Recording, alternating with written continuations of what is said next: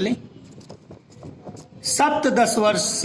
वर्षदेशीयो रवीन्द्रनाथ अष्टसप्तत्याधिक अष्टादशसप्तमे ख्रीष्टाब्दे सितंबर मासे भ्राता न्यायाधीशेन सत्येन्द्रनाथेन सार्धं विधिशास्त्रं मध्येतुं लंदन नगरं गतवान्। 17 वर्षीय 7 और 10 17 वर्षीय रविन्द्रनाथ सन 1880 में ईस्वी में सितंबर महीने में अपने भाई न्यायाधीश सत्येंद्रनाथ के साथ विधि शास्त्र की शिक्षा लेने के लिए लंदन नगर गए।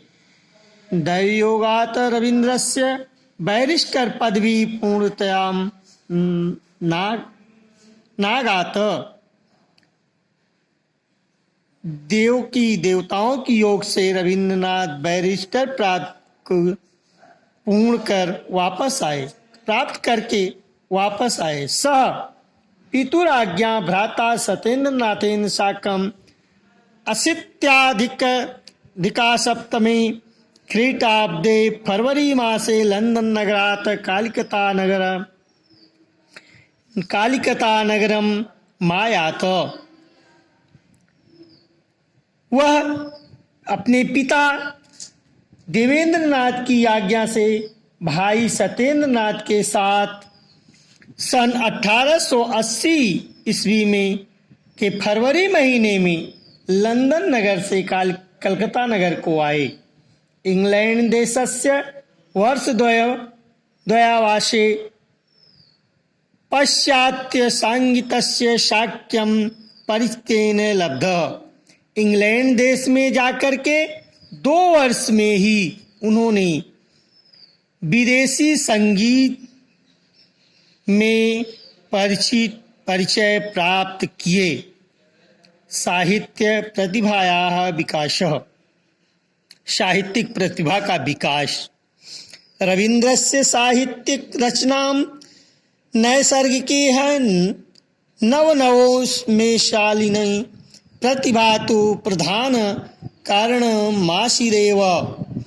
रवीन्द्र साहित्यिक रचना में नए नए भाषाओं की प्रतिभा के प्रधान कवि माने जाते हैं।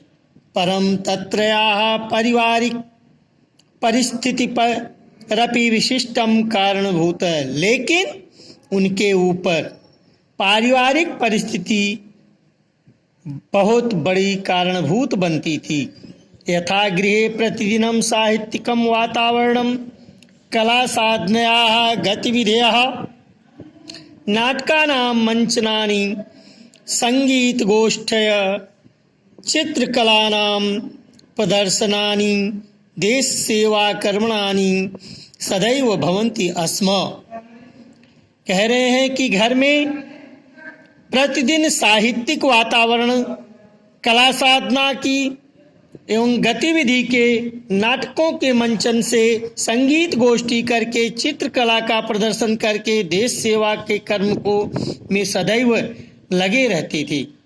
किशोरावस्थायामेव रवीन्द्र अनेकाः कथाः निबन्धाश्च लिखित्वा पारिवारिक पत्रिकासु भारतीय साधना तत्वबोधि निशो मुद्रयति स्म। किशोरावस्था में रवीन्द्र ने अनेक कथा निबंध लिखी। पारिवारिक पत्रिका में भारतीय साधना को तत्व बना करके उन्होंने मुद्रित किया। तेन च शैशव संगति सांध्य संगीतम, प्रभात संगीत, नाटकेषु रुद्रचंड, वाल्मीकि प्रतिभागी नीति, नाट्यम विसर्जनम, राजर्षि चोखेरवाली, चित्रांगदा, कौड़ी, ओकमल, गीतांजलि इत्यादि बहवः ग्रंथा विचरिताः। उनके द्वारा लिखी हुई बहुत सी नाटिकाएं, बहुत सी पुस्तकें, संध्या संगीत, प्रातः संगीत तथा नाटकों में रुद्रचंड, वाल्मीकि नाट्य, विसर्जन, राजर्षि चोखेर वाली, चित्रांगदा, कौड़ी, ओकमल, गीतांजलि आदि बहुत से ग्रंथ आज भी प्रस्तुत हैं।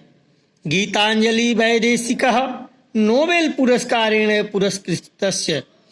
गीतांजलि को विदेशियों के द्वारा उन्हें नोबेल पुरस्कार प्राप्त हुआ था। एवं बहूनि प्रशस्तानि पुस्तकानि बंग साहित्याया प्रदत्तानि। इस प्रकार बहुत सी प्रश्नों उत्तरों वाली पुस्तक उनकी बंगाल भाषा में प्रस्तुत हैं।